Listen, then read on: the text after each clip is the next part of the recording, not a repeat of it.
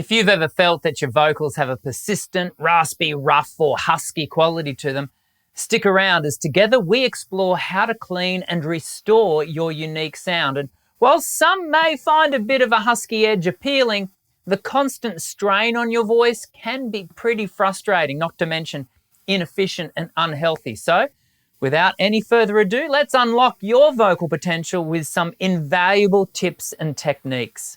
Sound check.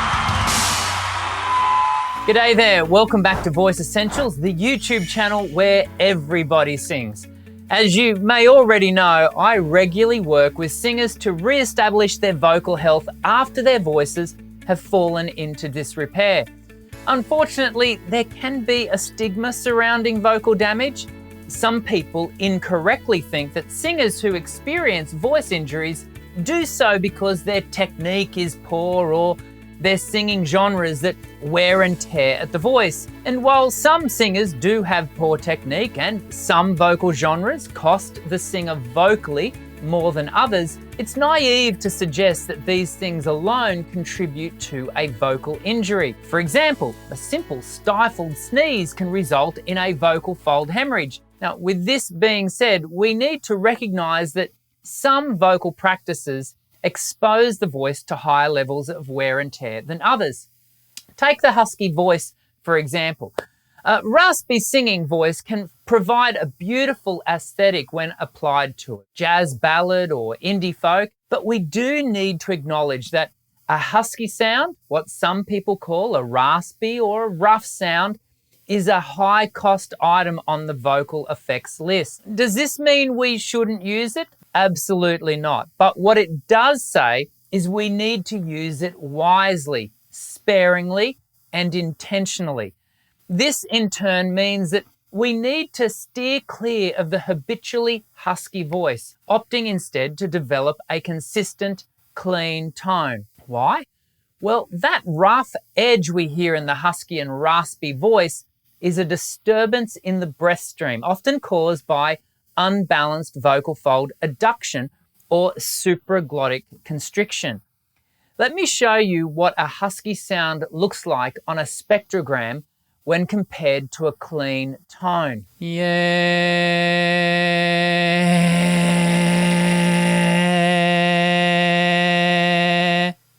Notice how the clean sound presents with clear spaces between the overtones, whereas the husky sound shows the noise, the husky quality, as a blue haze. That blue husky haze is disturbed air embedded within the overall tone.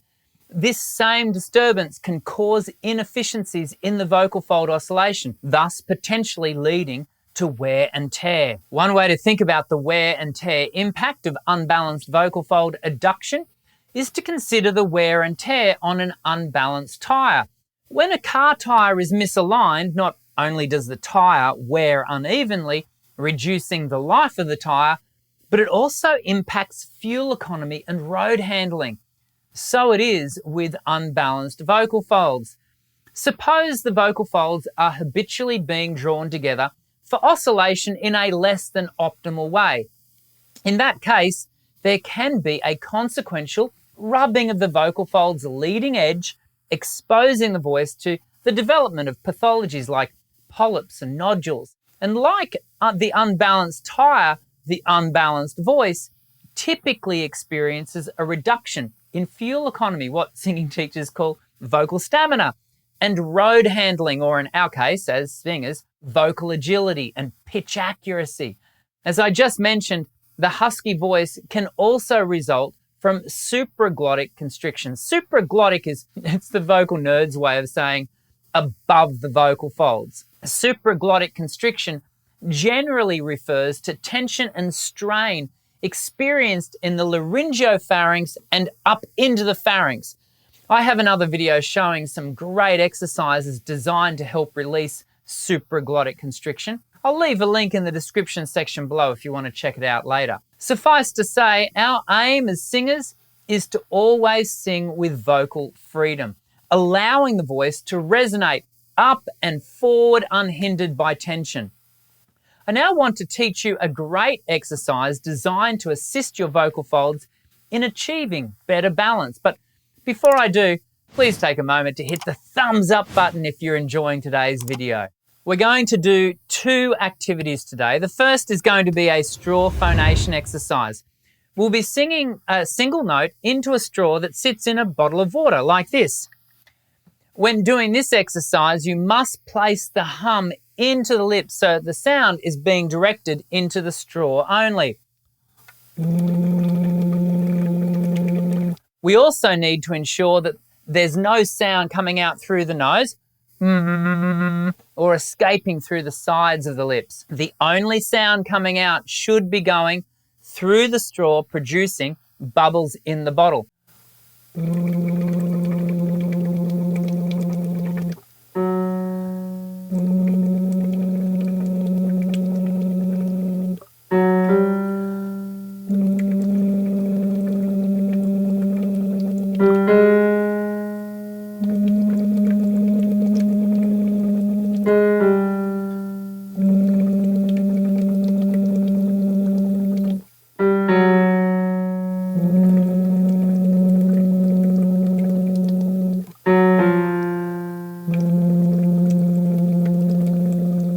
When done well, this straw phonation activity assists the vocal folds in coming together in a much more balanced way. It's essential not to overblow your air and ensure you don't underblow it either. You're aiming for an even, consistent flow of air and note into the straw, and the bubbles in the bottle will help you manage your airflow consistently. The second activity is taken from my exercise collection, Dr. Dan's Voice Essentials 1. Today we're using track 4, Developing Twang. I define twang as a clear, focused resonance, which is precisely what we're looking to produce today.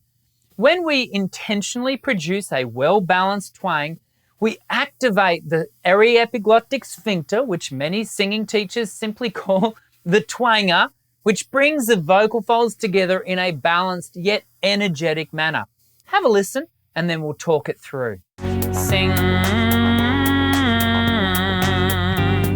sing,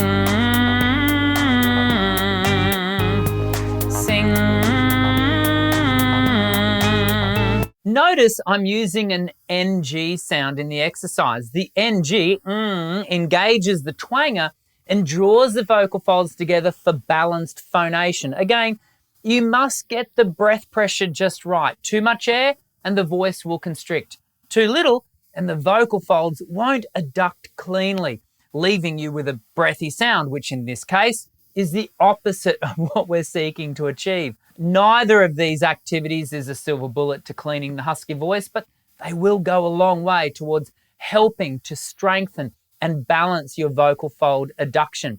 Before you go, let me state again that there is nothing wrong with choosing to sing with a husky, raspy or rough quality. Just ensure it remains a choice and doesn't become a habit. I hope you've enjoyed today's video. Leave any questions and comments below, and as always, if you haven't already, take a moment to subscribe for weekly Learn to Sing videos just like this one. I hope to see you again soon. I'm Dr. Dan. Sing well.